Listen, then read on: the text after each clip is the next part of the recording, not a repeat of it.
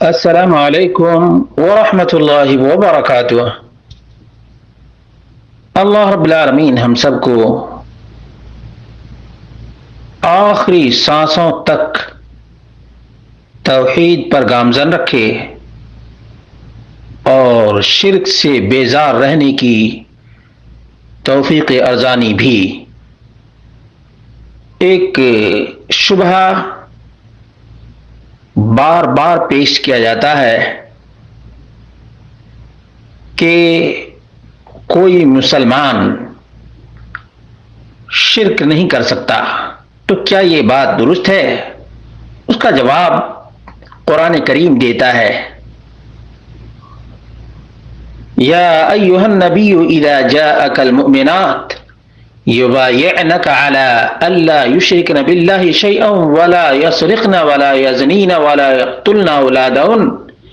ولا یأتین ببہتان یفترینہ بین ایدیہن وارجلہن ولا یعصینک فی معروف فبایعہن واستغفر لہن اللہ ان اللہ غفور رحیم۔ سورۃ الممتحنہ آیت نمبر 12۔ اے نبی اکرم صلی اللہ علیہ وسلم، جب آپ کے پاس مومنہ عورتیں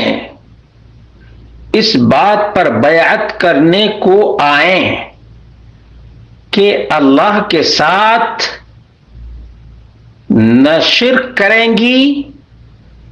نہ چوری کریں گی، نہ بدکاری کریں گی، نہ اپنی اولاد کو قتل کریں گی، نہ اپنے ہاتھ پاؤں میں کوئی بہتان باندھ لائیں گی، اور نہ نیک کاموں میں آپ کی نافرمانی کریں گی، تو ان مومنہ خواتین سے بیعت لے لیں اور ان مومنہ خواتین کے لیے اللہ تعالی سے بخشش مانگیں۔ یقیناً اللہ تعالی بڑا ہی بخشنے والا، نہایت ہی مہربان ہے۔ مسلمانوں، مومنوں، خواتین و حضرات، اللہ رب العالمین نے مومنہ خواتین کا ذکر کیا ہے، مومنہ خواتین کا،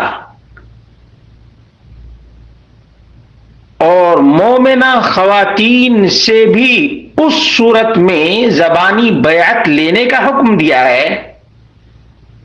کہ یہ خواتین عہد کریں کہ اللہ کے ساتھ کسی بھی شجر، حجر، قبر، مورتی، پتھر کو شریک نہیں ٹھہرائیں گی، کیونکہ اللہ رب العالمین نے دوسری آیت کے اندر بیان کیا ہے، وَمَا يُؤْمِنُ أَكْثَرُهُمْ بِاللَّهِ إِلَّا وَهُمْ مُشْرِكُونَ۔ اکثر لوگ ایمان کے باوجود بھی اللہ کے ساتھ شریک ٹھہراتے ہیں، اس لیے آپ مومنہ خواتین سے اس صورت میں بیعت لیں جب یہ مومنہ خواتین عہد و پیمان کریں کہ یہ اللہ کے ساتھ شریک نہیں ٹھہرائیں گی۔ معلوم یہ ہوا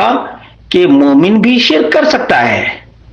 مومنہ بھی شرک کر سکتی ہے، اسی لیے تو اللہ رب العالمین نے یہ قید لگائی ہے کہ شرک نہ کرنے کا عہد و پیمان کریں، عہد و پیمان کریں۔ جو لوگ آج مردوں کی دہائی دیتے ہیں، ان سے جب کہا جاتا ہے کہ یہ شرک ہے، یہ شرک مت کرو، تو یہ مردہ فروش، ہڈی فروش